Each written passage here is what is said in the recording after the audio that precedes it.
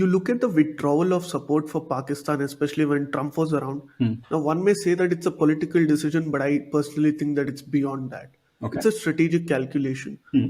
because obviously they needed to please India at some point, and I think the Trump administration was also trying to get very close to India, and I think they even wooed us with F-35s at one point of time, if I'm not mistaken, and that obviously didn't work out.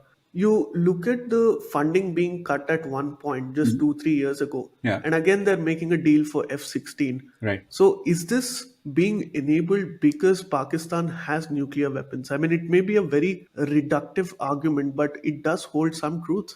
So this has been happening since before they got nuclear weapons.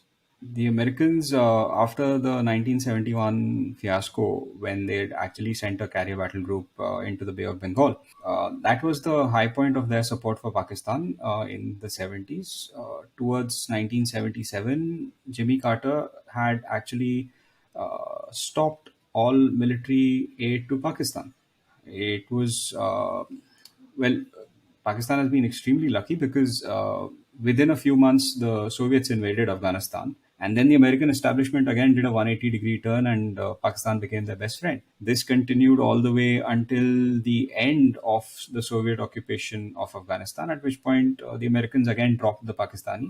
I mean, they stopped giving billions in aid, but they had promised certain weapon systems. They'd already sold F-16s. They had promised more. That's when Pakistan fell afoul of the Pressler Amendment, and George Bush Right. refused to certify that Pakistan did not have nuclear weapons. A consequence of that, the F-16 sale fell through. But 4 years later, Bill Clinton reversed that entirely. So aid was again going to Pakistan from the United States within 4 years of that decision by George Bush. So they've always been like this. It's always, reverting to being bum chums with Pakistan. There's nothing surprising about the F-16 sale, and it coincides with Democrats being in power, especially lately since the Clinton regime.